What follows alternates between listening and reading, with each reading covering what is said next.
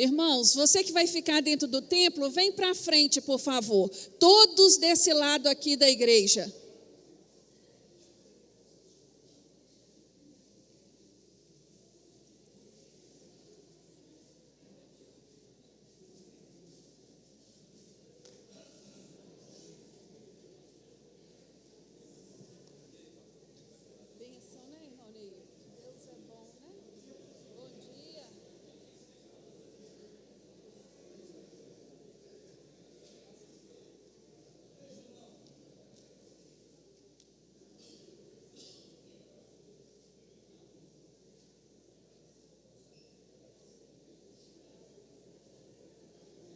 Que coisa linda, né? Essa demora é porque a igreja está cheia, né? Glória a Deus por isso. Enquanto os irmãos acabam de sair, vamos fechar os nossos olhos, sentado aí onde você está. Abaixa a sua cabeça. Entregue esse tempo que você vai passar agora ao Senhor. Peça a Ele para te ajudar, para Ele te capacitar. Nós sabemos que o Espírito Santo de Deus é Ele que abre o nosso entendimento. Nós não estamos aqui atrás só de conhecimento. Nós queremos aprender, crescer, amadurecer na palavra do Senhor. E é estudando esta palavra é que nós aprendemos a ser crentes melhores, pessoas melhores, dar testemunho de luz e de sal nessa terra. Amém? Senhor meu Deus, mais uma vez, Senhor, nos achegamos a Ti, Deus, sabedores que Tu és Deus que vê, Tu és Deus que ouve, Tu és Deus que responde à oração do Teu Filho. E nós nos colocamos, meu Deus, na Tua presença, pedindo, Senhor, que nesta hora o Senhor acalme a nossa mente, acalme o nosso coração, que toda preocupação, que toda ansiedade fique do lado de fora da Tua igreja. Que estejamos aqui de mente e coração abertos para receber aquilo que o Senhor tem para falar conosco. Nos ajuda, meu Deus, mais uma vez nesta manhã. Queremos ser pessoas melhores, queremos ser cristãos que testemunhem verdadeiramente a Tua palavra. Nos ajuda, é o que nós te pedimos no nome de Jesus e te agradecemos. Amém. Nós vamos estar passando a matrícula, a chamada. O dia de hoje é o dia 8. Eu até risquei o dia domingo passado. Você vai pôr um sinalzinho na frente do seu nome. Aqueles que anotaram o nome na aula passada, o seu nome já está na lista de hoje. Se por acaso não estiver, você escreve lá no finalzinho da chamada, tá? Mas é rapidinho que nós vamos fazer isso. Você procura o seu nome, está em ordem alfabética, põe um sinalzinho de presente na frente e pronto. Amém? A aula passada, nós tivemos uma introdução a respeito de Abraão, o primeiro patriarca. A aula de hoje é uma continuação desse assunto. Afinal de contas, não tem como nós resumirmos a história de Abraão em uma aula só. Né? Nós estamos tentando passar o máximo sobre este assunto. E eu queria, só rapidinho, trazer para vocês o nosso cronograma desse primeiro módulo, como vão os dias das nossas aulas. Nós vamos ter 2 salas únicas neste módulo. Então, hoje nós estamos tendo a segunda aula, domingo que vem a terceira aula. A terceira aula já vamos dar uma introdução na vida de Isaac. Então, hoje nós continuamos sobre este assunto. Achei pertinente trazer um esboço de Gênesis, porque nós não estamos estudando o livro de Gênesis, mas a maior parte dele é assunto dos patriarcas, né? Nós estamos estudando o pai, o filho e o neto. Este é o alvo do nosso módulo este ano sobre os patriarcas. Então, na aula passada, nós estudamos de onde Abraão saiu, por que saíram de lá para Canaã e pararam em Harã e ali ficaram, a gente não sabe, né? Nós não temos essas informações em detalhes. Mas ali em Harã ficaram-se um bom tempo até que o pai de Abraão veio a falecer. Após este episódio, Deus se manifesta a Abraão e faz uma chamada para a vida daquele homem e ele atende, ele reconhece essa chamada divina e ele obedece. E ele sai com a sua família, leva junto com ele alguém que não era suposto ele levar. Quem é que ele levou? Quem? Ló. Ele levou o sobrinho. Levou Ló numa determinada altura dessa convivência. Iniciaram-se os problemas, as dificuldades, se separaram. Ló se viu em problemas, envolvido numa guerra, levado como escravo. Abraão vai salvar o sobrinho, traz ele de volta, e a história para aí por um tempo desse relacionamento, né? E hoje nós vamos estar estudando sobre a cultura de Ló. Antes disso, essa imagem eu queria só trazer para vocês com sentido de informação, né? A maioria dos estudiosos acreditam que Abraão nasceu no ano de 2166 antes de Cristo, e eu trouxe essa informação porque a informação seguinte vai nos atentar para isso. Houve uma descoberta na cidade de Nuzi, fica no Iraque, entre 1925, por uma equipe americana, fizeram umas escavações ali e eles descobriram inúmeros documentos, mais de 4.000 tabuinhas. Se você for na internet, vai estar lá, tabuinhas de Nuzi. São documentos daquela que remetem ao tempo patriarcal e que nos dá a entender algumas práticas que houve ali, naquele período, porque existem algumas coisas que Abraão e Sara fazem que, se a gente prestar atenção, a gente fica sem entender. Por que eles fizeram aquilo? Por que aquela atitude? E esses documentos encontrados, eles foram trazer luz a uma prática cultural, social, familiar, que era daquela época, que era um costume, né, da época. Por exemplo, pegar uma escrava e dar a ela para o marido, caso a dona fosse estéril. Isso era uma prática cultural da época.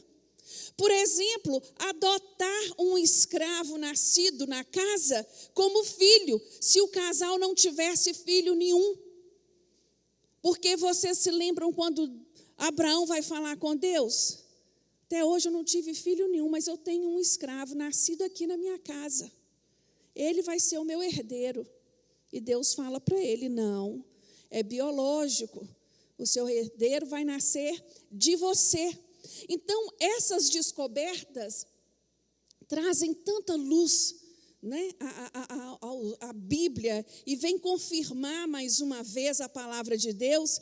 E é interessante que esses documentos, eles datam numa data diferente. Eles querem trazer os patriarcas para o ano de 1500 a 1200, que foi a referência desses documentos. Mas nós entendemos que os usos e costumes, eles não nascem assim de uma hora para outra. Não é? Isso é uma prática que leva-se tempo. E aquela região, como ela foi dominada pelos acadianos, na aula passada o pastor estava explicando sobre esse império, sobre esse domínio, então provavelmente era um costume, era uma prática que já estava ali impermeada no meio daquela sociedade e que Sara e Abraão não tiveram problemas em adotar. Até aqui, tranquilo, né? Então vamos para o que nos interessa. Quando Deus aparece para Abraão, no capítulo 12, nós vimos na aula passada, eu vou te pedir para deixar a sua Bíblia aberta no livro de Gênesis, para a gente ir acompanhando, né, essa história. Quando Deus aparece para Abraão, lá no capítulo 12, Deus faz algumas promessas a Abraão, total de 7 promessas. Essas promessas, todas passavam pela a necessidade de Abraão ter um herdeiro. Né? Porque Deus diz assim a ele: farei de você uma grande nação. Para ser uma grande nação, ele precisava de filhos. né? Eu vou te abençoar, eu vou engrandecer o teu nome. Quem é que engrandece o nome, né, de um pai, de uma família? São os filhos. Havia necessidade disso, né? Tu serás uma bênção, abençoarei os que te abençoam, amaldiçoarei os que te amaldiçoarem. Em ti serão benditas todas as famílias da terra. Abraão, quando Deus manifesta essa promessa na vida de Abraão, Abraão tinha 75 anos de idade. Quando ele sai, né, de Harã em direção a uma terra que ele ainda não conhecia. E esta história, ela é repleta de ensinamentos para a nossa vida. Ali nós encontramos um casal que recebeu uma promessa, obedeceram o caminho que Deus traçou para a vida deles, mas num determinado momento, eles começaram a pensar assim: eu acho que Deus precisa da nossa ajuda. Nós vamos precisar resolver, né, fornecer alguma estratégia para que Deus venha cumprir a sua palavra. Então, esse casal toma uma decisão baseada com costume, com aquilo que era legal, com aquilo que era observado pela população da época, e toma uma escrava para gerar este filho que eles tanto aguardavam. Eu penso que Sara e Abraão, eles não tivessem noção do kairós de Deus. Eu acho que eles não tinham conhecimento, ou se tinham, esqueceram num determinado momento. Porque nós sabemos que o tempo de Deus, o kairós de Deus, não é o nosso tempo. Deus tem um tempo para trabalhar na nossa vida. E é interessante que todas as vezes que nós tentamos adiantar as coisas, facilitar as coisas, criar recursos para Deus cumprir a palavra dele, as coisas saem mal. Nós nos afastamos da vontade dele, nós nos afastamos daquilo que ele tem para nós, atropelamos o querer dele e, o que é pior, ferimos outras pessoas. E essa história registra isso. Aqui, a partir do capítulo 14, nós vamos ver, a partir do capítulo 14, não, do capítulo 16, nós vamos ver este casal tomando essa providência. Você está com a sua Bíblia aberta aí? No capítulo 16 diz assim: ora, Sarai, mulher de Abraão, não lhe dava filhos, mas tinha uma serva egípcia, cujo nome era Agar. Disse, pois, Sarai a Abraão: o Senhor me tem impedido de ter filhos. Toma minha serva, que eu tenha filhos por meio dela. E ouviu Abraão a voz de Sara. Assim Sarai, mulher de Abraão, tomou a Agar, a egípcia, sua serva, e a deu por mulher a Abraão, seu marido, depois de ter Abraão habitado 10 anos na terra de Canaã. É um bom tempo, não é? Você recebe uma promessa e espera por 10 anos. E nesses 10 anos nada acontece. O que ela faz? Ela toma uma iniciativa. Esse filho iria nascer de uma escrava. Seria como uma barriga de aluguel, aquilo que nós conhecemos hoje. Mas o filho seria de quem? Do casal. Só que nos planos, nos pensamentos, estava tudo certo. Mas depois que esta escrava engravidou, ela começa a humilhar a sua patroa, a sua dona.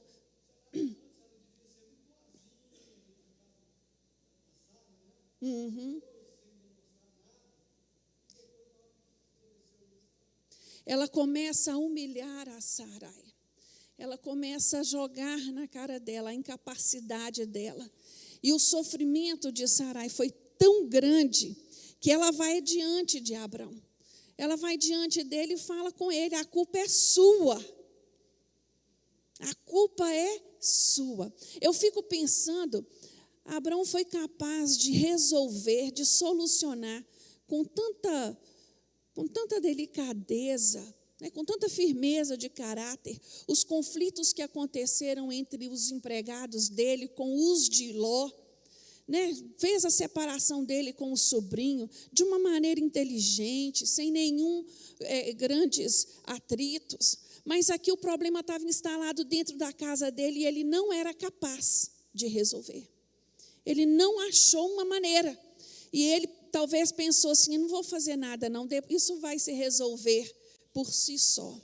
A coisa ficou numa situação tão grave, quando eu estava lendo este texto, eu fiquei pensando em Ana. Quantos lembram de Ana sendo maltratada e humilhada por Penina? Aqui era um caso parecido, só que diferenciava numa coisa: Sara era a patroa, e ela provavelmente começou a maltratar essa escrava. Ela deve ter agido de uma forma tão dura com essa mulher, que ela escolhe fugir para o deserto, grávida, para não estar dentro dessa casa mais, porque ela não se sentia segura mais naquele ambiente. E ela foge para o deserto, e ali Deus manifesta-se a Agar pela primeira vez. Deus vai falar com ela, que ela, vamos lá, sua Bíblia está aberta, né?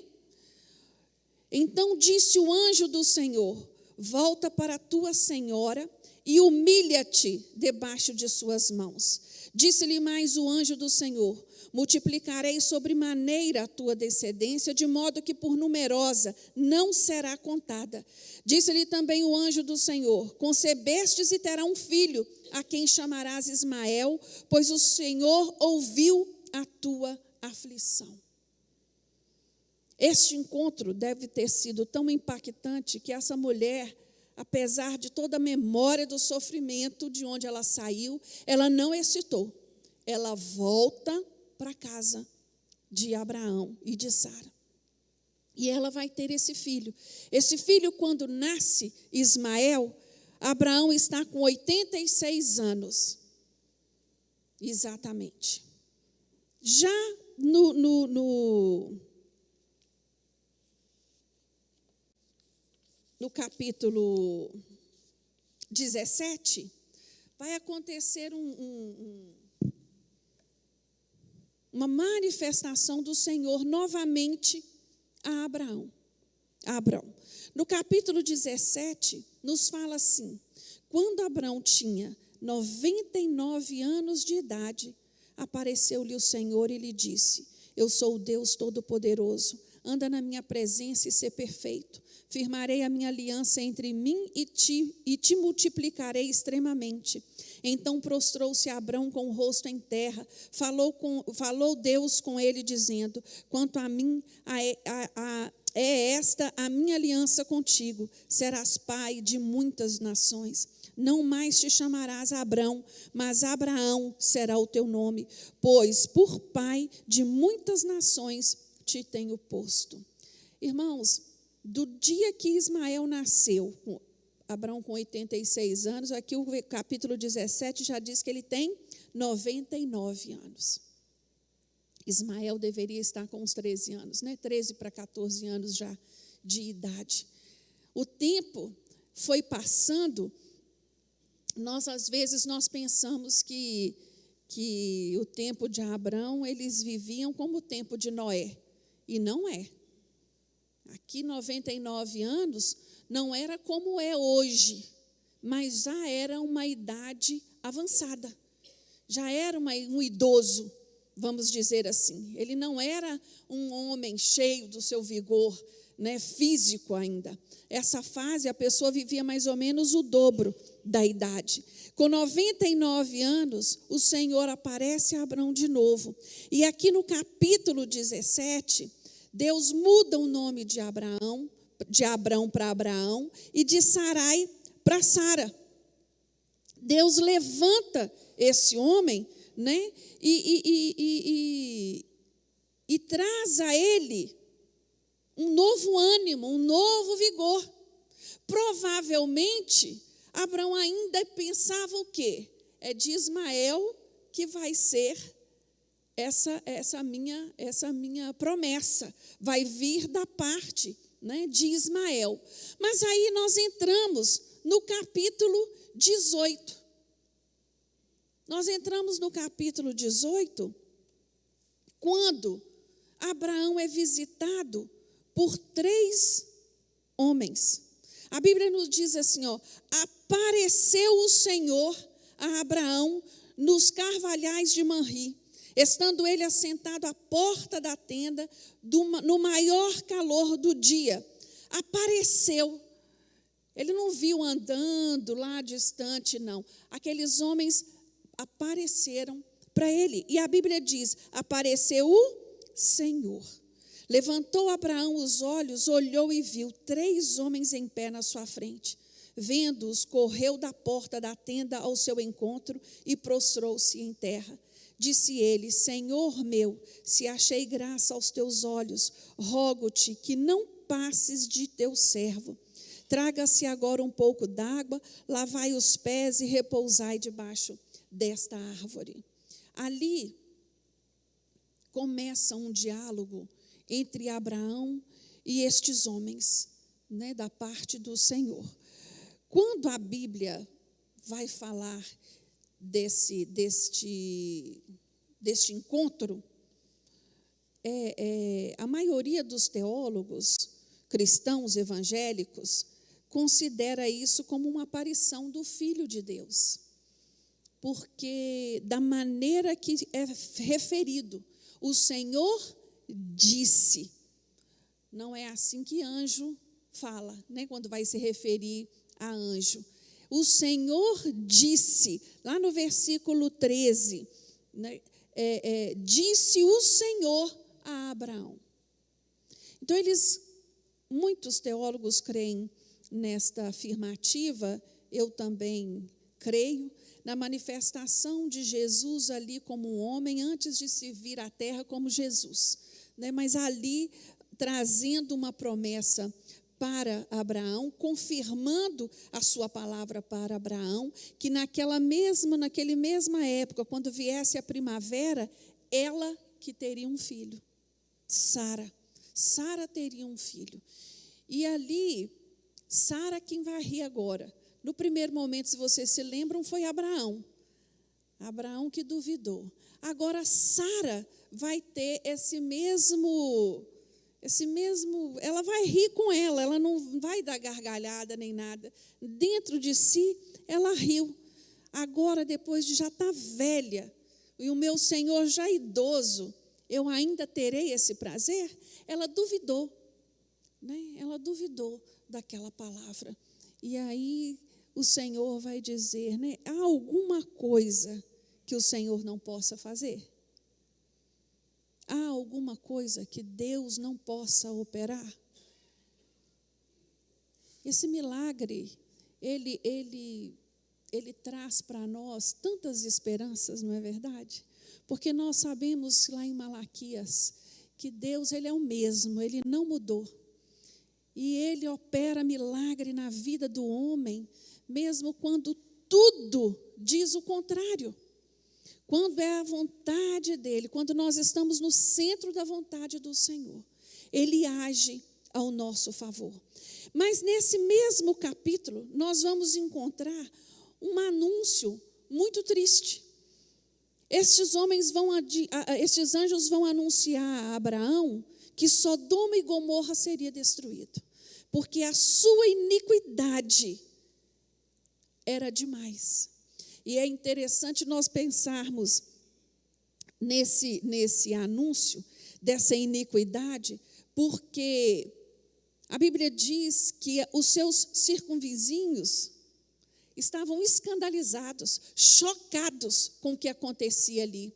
E os seus vizinhos ofereciam criança em sacrifício, tinham uma vida de paganismo, uma vida de depravação, que não era lá grandes coisas. Mas o que acontecia em Sodoma e Gomorra era tão terrível que eles já estavam chocados também com tudo aquilo que estava acontecendo. Quando Abraão ouve esse anúncio de destruição, ele intercede pelos justos daquela cidade, pelos inocentes daquela cidade. E essa intercessão de Abraão é interessante porque quando um lugar chega a tal imoralidade, vocês acham que é possível ser justo e inocente morando num contexto desse? Abraão começa a perguntar para Deus, se tiver 50 inocentes lá, assim mesmo o Senhor vai destruir a cidade? Deus, não, se tiver 50 eu não vou não. Aí ele pensou assim, não, eu acho que eu pensei muito, falei um número alto. E ele vai abaixando. Esse diálogo chega a ser engraçado, se não fosse tão trágico. Porque, na verdade, não havia inocente naquele lugar. Os únicos que eles são salvos dali por intervenção de Abraão é o seu sobrinho, sua esposa e as suas 2 filhas, quem o anjo vai tirar da cidade e vai dizer, sai depressa.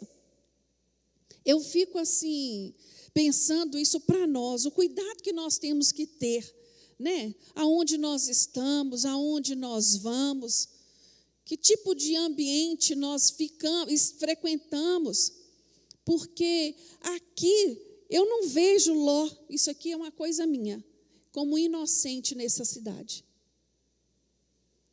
Ele estava ali, ele poderia não praticar as coisas que ali aconteciam.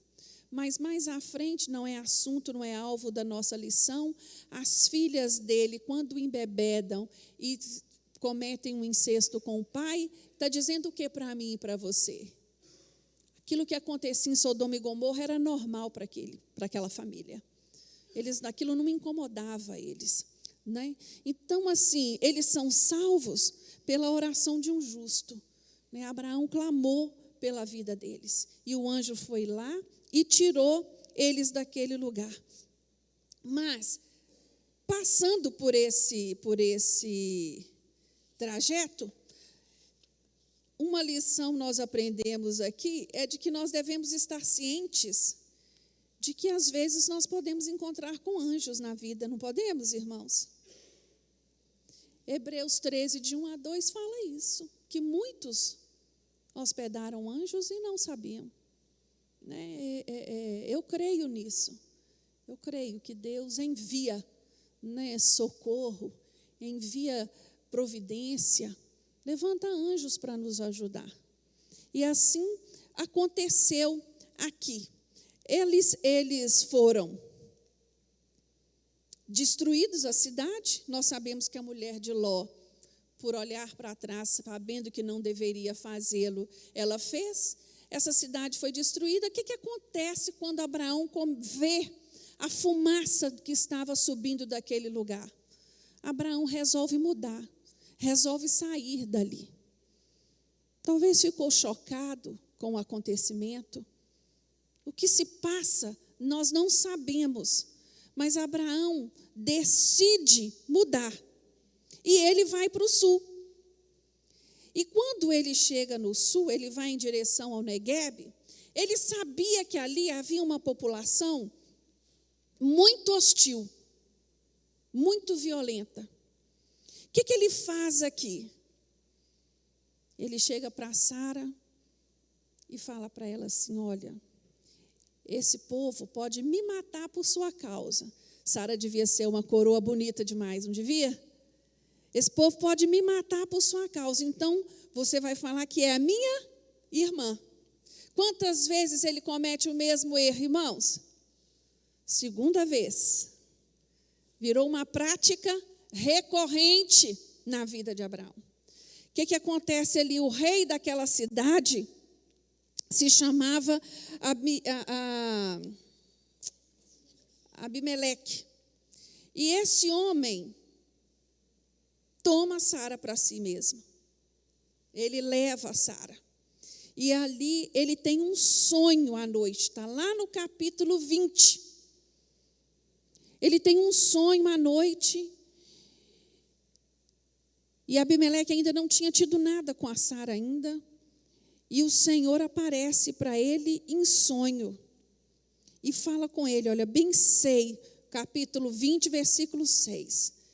Bem sei eu que na sinceridade do seu coração procedestes, e também eu te impedi de pecar contra mim.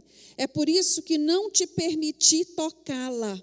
Agora, pois, restitui a mulher ao seu marido, pois ele é profeta, e rogará por ti para que vivas. Mas se não a restituíres, certamente morrerás, tu e tudo que é teu. Primeira vez na Bíblia que a palavra profeta surge.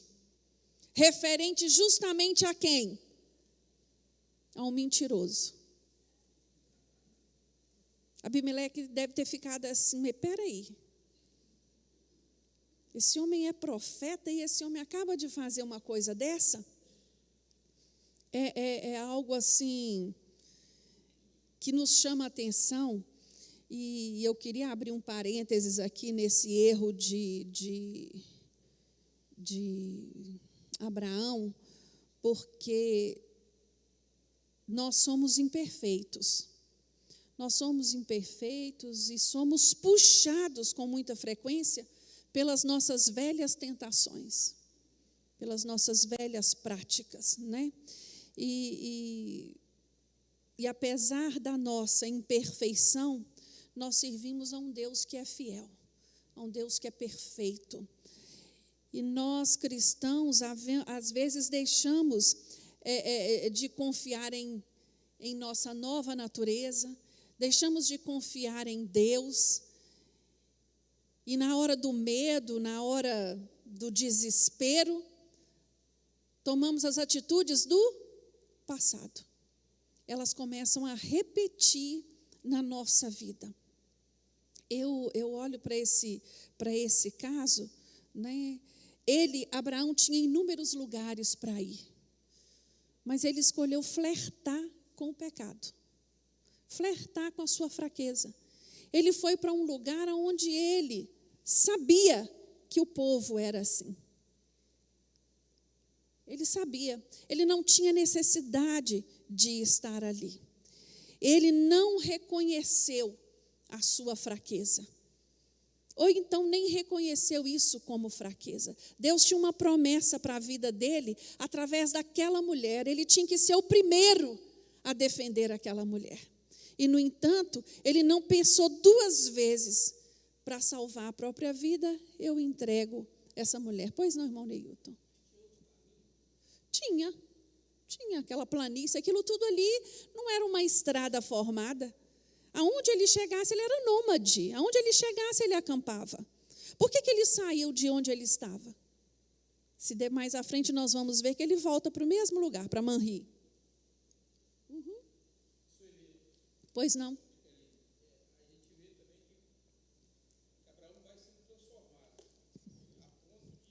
Vai.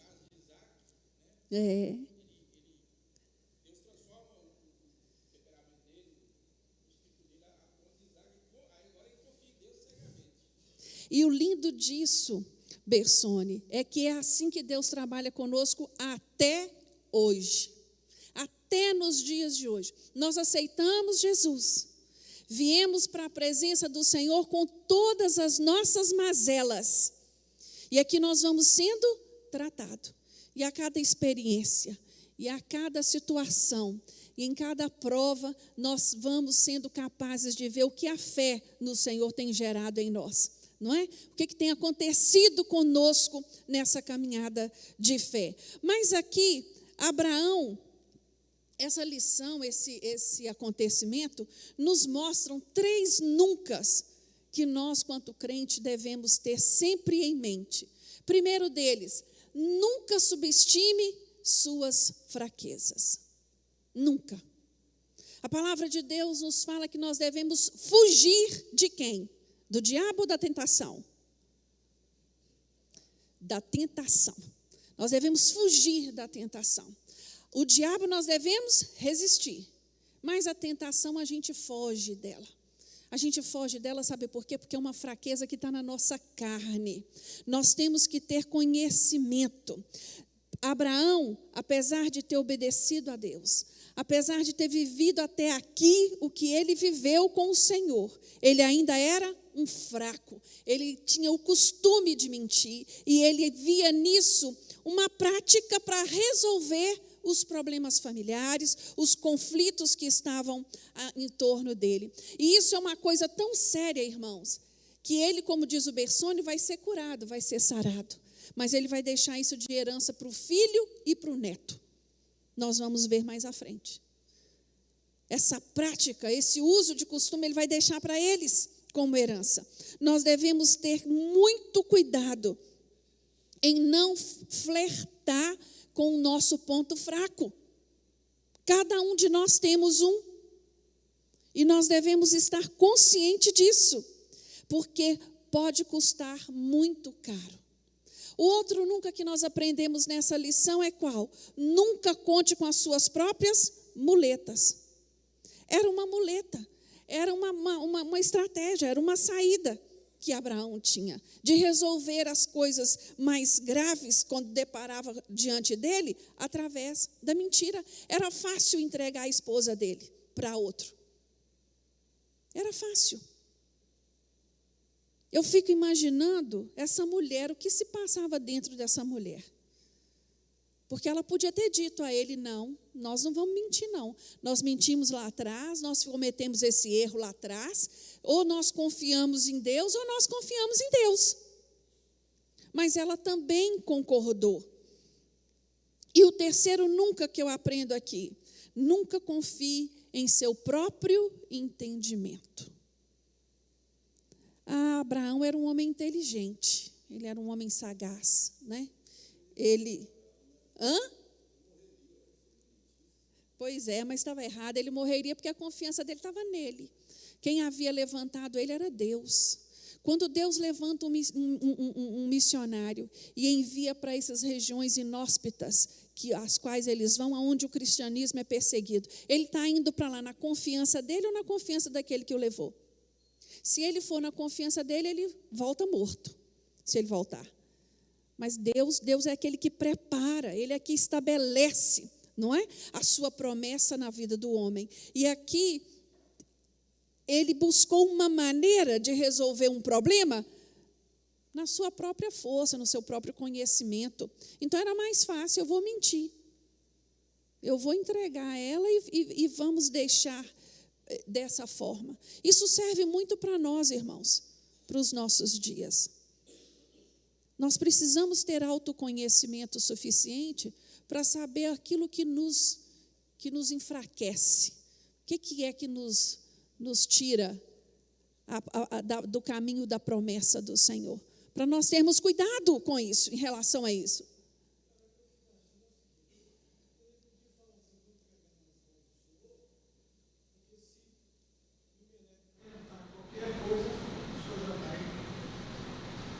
Mas ele não teve fé suficiente, por quê? Primeira coisa que eu penso, ele não tinha nem que ter pensado isso, ele não tinha que ter ido para lá. Né? Ele não tinha que ter ido para aquela direção, para não se expor a uma situação onde ele tivesse que fazer o que ele fez. É esse cuidado que nós temos que ter. Por exemplo, eu tenho problema com bebida. Eu sei que eu tenho essa fraqueza, mas eu gosto de frequentar lugares aonde tem bebida. Eu tenho que ir para esse lugar? Não. Eu vou estar flertando com o quê? Com a minha fraqueza. Eu vou estar flertando com a minha fraqueza. E dali para aqui é um pulo. E é isso que esse episódio, né, nos fala tão profundamente nessa manhã. Passou-se essa situação, o que Abraão faz? Ele retorna, sai deste lugar, né? E Deus cumpre a promessa dele. Nasce Isaque, capítulo 21. O Senhor visitou Sara, como tinha dito, e lhe fez como havia prometido. Sara concebeu e deu a Abraão um filho na sua velhice, ao tempo determinado de que Deus lhe falara. Abraão pôs no filho que lhe nascera que Sara lhe dera o nome de Isaque. Abraão circuncidou o seu filho Isaque quando tinha 8 dias, conforme Deus lhe havia ordenado. Era Abraão da idade de 100 anos quando lhe nascera Isaque, seu filho. 100 anos nasce Isaque. Aqui começa uma outra saga. O resultado da atitude de Sara e Abrão com Agar e o Ismael vão conflitar a partir daqui. Porque até então, até Sara engravidar e até Isaque nascer, Ismael era quem? O herdeiro, o primogênito. Sobre ele estava a crença de que ele seria pai de muitas nações, confiados na promessa que Deus deu. A partir de agora, começa o conflito entre as duas mulheres novamente. E esse conflito deve ter perpetuado, porque nós vamos ver que no dia de 3 anos de idade de Isaque, havia uma prática do desmame da criança. E nesse dia, Abraão dá um banquete. Ele prepara uma festa para anunciar o desmame daquela criança. E Ismael faz alguma brincadeira sem graça com Isaque, né? A Bíblia diz que ele zomba, né, da criança naquele momento, e Sara vê aquilo. Sara vai adiante de Abraão no meio do banquete e faz um pedido inusitado para Abraão. Abre a sua Bíblia aí no capítulo 21, no versículo 16. Versículo 16, não. No versículo 9. Sara viu que o filho de Agar, a egípcia, o qual ela dera à luz a Abraão, zombava de Isaque, e disse a Abraão: deita fora essa escrava e o seu filho, pois o filho dessa escrava não herdará com meu filho Isaque. No meio da festa, ela pede que essa mulher fosse colocada para fora junto com aquele menino, que provavelmente um adolescente, 13, 14 anos, se nós formos fazer as contas aí. Você pode imaginar o sofrimento de Abraão? Porque ele tinha amor àquele menino. Era filho, ele tinha amor àquele menino. E a Bíblia diz que pareceu isso muito penoso aos olhos de Abraão, por causa do seu filho. Deus, porém, vai falar com Abraão: faça do jeitinho que a Sara te mandou. Faça do jeitinho que ela te mandou. Irmãos, às vezes nós erramos, pedimos perdão a Deus, mas o fruto do nosso erro fica, e na maioria das vezes lidar com isso não é coisa fácil, não é coisa simples. Ali estava um momento duro para Abraão, duro para lidar, duro para resolver, abrir mão daquela criança. Ele não tinha o que Sara estava dizendo: ele não vai dividir nada do que é do meu filho com esse bastardo. Nada. Mudou-se completamente a história aqui. Eu imagino que Sara devia se sentir ameaçada, já que o Ismael era o primogênito. Aí o que acontece? Toma-se uma outra atitude errada, porque é assim, a Bíblia nos alerta sobre isso, que um abismo chama outro abismo. Nós vamos errando mais para consertar o primeiro erro, e a coisa vai se prolongando. E foi isso que aconteceu. Erraram no início em não confiar em Deus e entregar essa escrava. Agora o problema está feito. E Sara, aqui, agora, Agar é dispensada pelo próprio Abraão. Ele entrega a ela um odre de água, uma porção de pão de madrugada e manda ela embora. Manda ela embora com o menino. Mais uma vez, o anjo vai aparecer a Agar. No seu desespero, a Bíblia diz que ela clama. No final do versículo 16, diz assim: levantou a voz e chorou. Ouviu Deus a voz do menino e bradou o anjo de Deus a Agar, desde o céu, dizendo-lhe: que tens, Agar? Não temas. Deus ouviu a voz do rapaz desde o lugar onde está. Ergue-te, levanta o rapaz e toma-o pela mão, pois dele farei uma grande nação. Então Deus abriu-lhe os olhos e ela viu um poço e foi encher de água o odre e deu de beber ao rapaz. Deus ouviu o clamor daquela mulher, abriu os seus olhos e falou com ela assim: olha, o problema já está feito, olha para frente agora. Você tem que continuar, você tem que caminhar. Não adianta ficar parada aí, porque parada aí vocês vão morrer. Eu já te dei uma promessa e essa promessa está nas tuas mãos.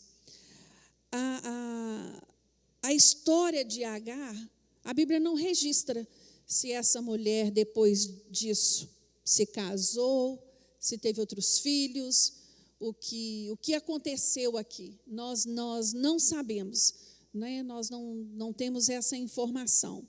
Mas o capítulo 25, a partir do versículo 12, ele vai falar da descendência de Ismael. Ele vai dizer, né, que Ismael também teve 12 filhos. São estas as gerações de Ismael, filho de Abraão, que Agar, a egípcia, serva de Sara, lhe deu. São estes os nomes dos filhos de Ismael, pela sua ordem, segundo as suas gerações. O primogênito de Ismael foi Nebaiote, depois Quedar, Abideel, Bimissão e assim por diante. Foram estes os filhos de Ismael e foram estes os seus nomes pelas suas vilas e pelos seus acampamentos. 12 líderes segundo as suas tribos. 12 líderes. Os seus filhos habitaram desde Avilá até Sur, onde está em frente do Egito. Quem são a descendência de Ismael? Os árabes. Os árabes. E eles foram habitar naquela região ali, né? De frente para o Egito e de frente para os seus irmãos, na cara dos seus irmãos. A Bíblia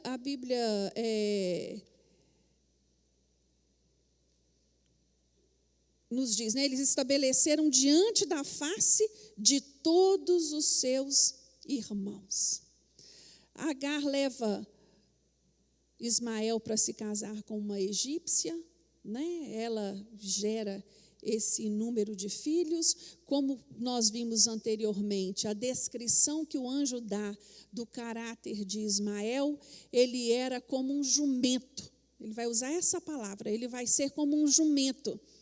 Para nós, essa descrição parece pejorativa, mas para eles não era. Ele estava falando de simbolismo de força, de aguerrido, de que vai à luta, né? O jumento, ele aguenta carregar uma carga grande, ele consegue fazer um trajeto muito longo de viagem. Era nesse sentido que o anjo estava se referindo, né, a Ismael. E esse rapaz cresce e ele se torna, né, um dos maiores inimigos, né, dos irmãos. Nasce aí. Né? Até os dias de hoje, os árabes vivem em conflito com os judeus. Ismael viveu 137 anos. Habitou naquela região ali, onde foi, né, nascendo seus filhos, e cada um foi representando uma tribo. É interessante, se nós olharmos esse conflito, ele não é só político, ele é religioso também, porque para o muçulmano, o pai da fé deles é Ismael, eles têm esse homem, né, Ismael, como uma figura muito importante, religiosamente falando, né? Então, você vê que um erro, que parecia que não era erro, que parecia até, né, era apoiado pelos costumes, era certo pelas práticas da época, mas veio atropelar a vontade de Deus e gerou um problema que vem, né, e que persiste até os dias de hoje. Isaac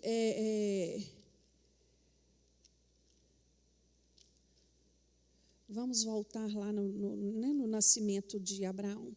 Quando Agar, né, vai embora,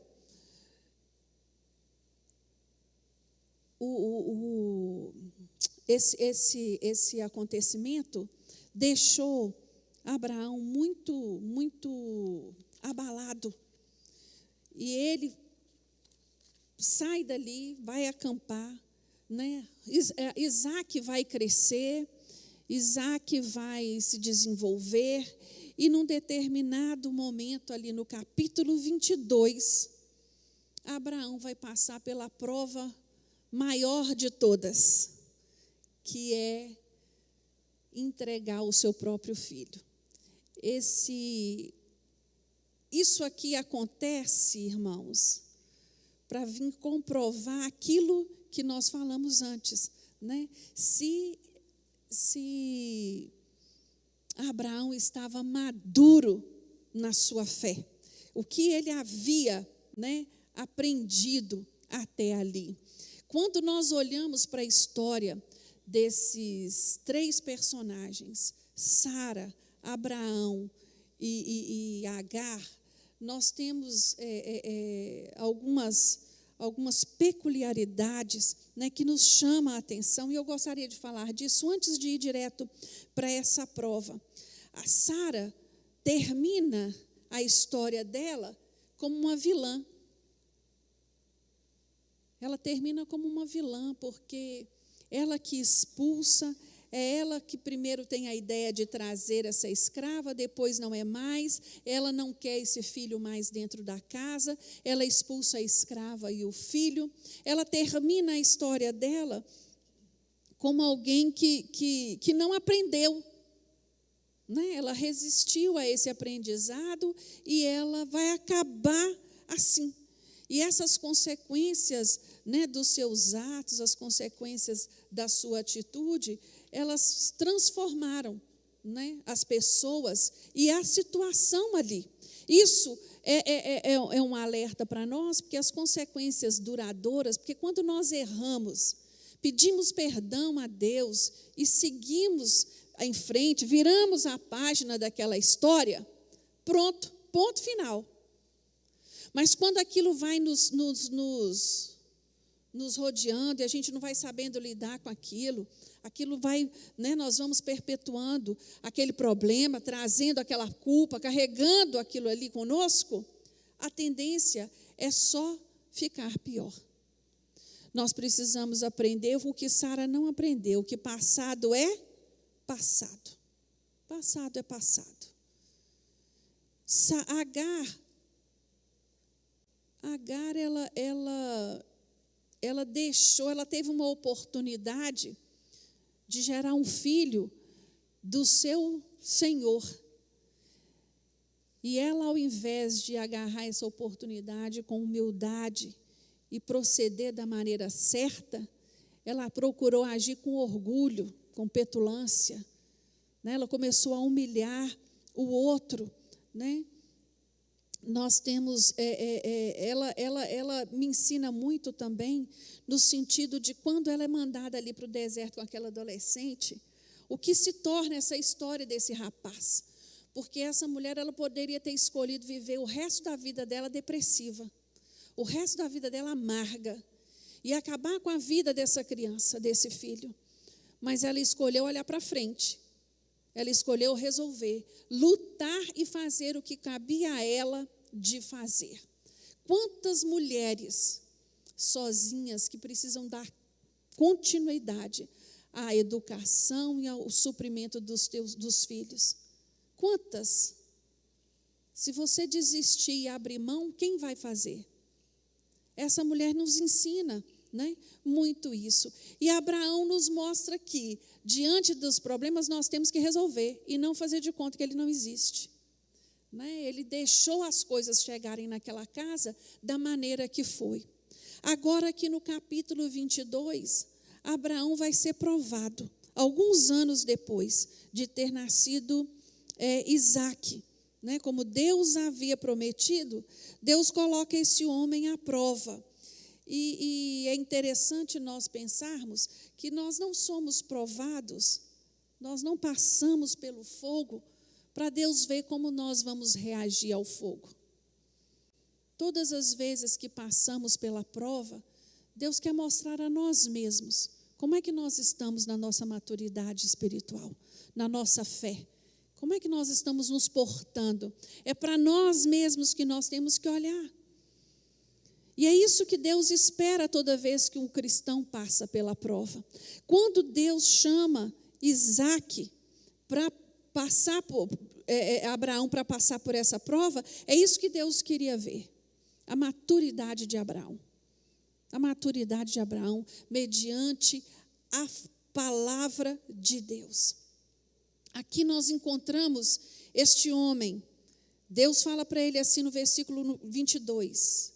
Depois dessas coisas, provou Deus a Abraão, dizendo: Abraão, e este respondeu: Eis-me aqui. Então disse Deus: Toma o teu filho, o teu único filho Isaque, a quem amas, e vai à terra de Moriá, e oferece-o ali em holocausto sobre um dos montes que te mostrarei. Levantou-se, pois, Abraão de madrugada, albardou o seu jumento, tomou consigo 2 de seus servos e a Isaque seu filho, tendo cortado lenha para o holocausto, partiu para o lugar que Deus lhe dissera. Ao 3º dia, levantou Abraão os olhos e viu o lugar de longe. Imagina essa viagem de 3 dias. Imagina tudo o que se passava dentro de Abraão, como pai, como homem. Imagina a dor e o sofrimento, e ali calado. Eu acredito que Isaque, como criança, né, queria conversar, queria perguntar como vai ser, como não vai ser, o que nós vamos fazer. Né? E só Abraão sabia o que se passava na alma dele. Só Abraão entendia para onde ele estava indo. Mas o mais lindo disso tudo é porque você não vê registrado na Bíblia nenhuma dúvida a respeito de Abraão. No versículo 3 fala assim, levantou-se, pois, Abraão de madrugada. Abraão sabia que ele tinha que ir, sabia o que ele tinha que fazer. Quando ele vai chegando lá, que ele avista o lugar, ele diz assim no versículo 7, então disse Isaque a Abraão, seu pai, meu pai, respondeu Abraão, eis-me aqui, meu filho. Perguntou-lhe Isaque, eis o fogo e a lenha, mas onde está o cordeiro para o holocausto? Disse Abraão, Deus proverá para si o cordeiro para o holocausto, meu filho. E os 2 seguiram juntos. Chegaram ao lugar que Deus lhe dissera e edificou Abraão ali o altar e sobre ele pôs em ordem a lenha, amarrou Isaque seu filho, deitou-o sobre o altar em cima da lenha. Você vê que o episódio vai sendo relatado e até então nenhum cordeiro tinha à vista não. Nada tinha ali para substituir não. E estendendo a mão, pegou no cutelo para imolá-lo. Quer dizer o quê? Para degolar mesmo. O anjo do Senhor, porém, lhe bradou desde o céu e disse, Abraão, Abraão. Respondeu ele, eis-me aqui. Então disse o anjo, não estenda a tua mão sobre o rapaz e nem lhe faças nada. Agora sei que temes a Deus, pois não me negastes o teu filho, o teu único filho.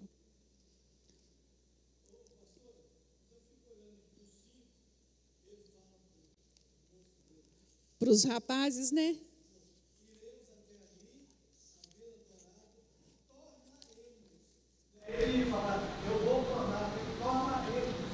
Ele esperança, ele tinha fé. Se Deus me prometeu, por que Deus vai me tirar? Né? Ele não entendia o propósito de Deus até aquele momento, mas ele tinha esperança de que Deus faria, né, algo tremendo dessa forma. E eu aprendo nessa lição de que nós podemos passar por situações em que o Senhor vai pedir de nós aquilo que nós mais amamos, aquilo que nós mais prezamos, aquilo aonde é o tesouro do nosso coração, o Senhor pode pedir.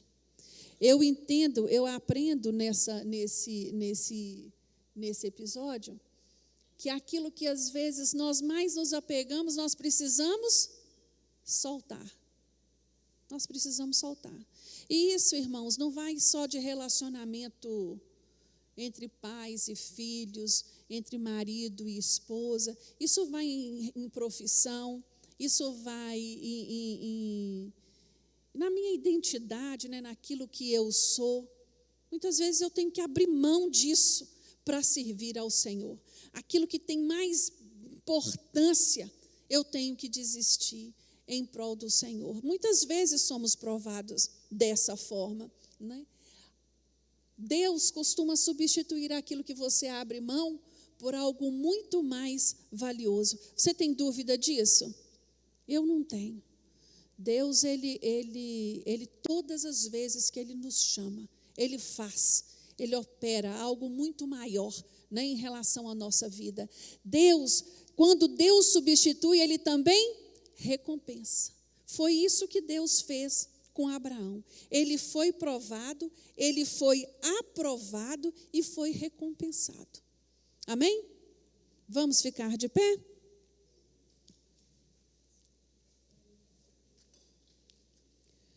Quanta coisa linda Deus tem para nos ensinar na vida destes homens.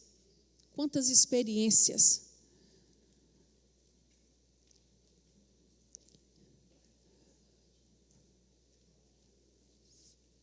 Vamos estar orando, vamos agradecer a Deus por esse tempo estudado, né, por esse tempo aqui passado juntos, e vamos apresentar ao Senhor a nossa Santa Ceia. Você faz essa oração para mim, Dora?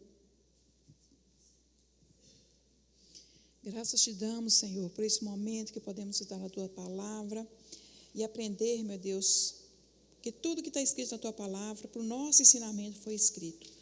Obrigada, Deus, por esse dia. Obrigado pela Santa Ceia que será celebrada neste momento. Queremos, meu Deus, trazer à memória este concerto nosso com o Senhor e que a Tua misericórdia, a Tua bondade, a Tua graça esteja sempre sobre nós. Esteja conosco nesse dia. Receba, Senhor, o nosso louvor e a nossa adoração. Nós oramos em nome de Jesus. Amém.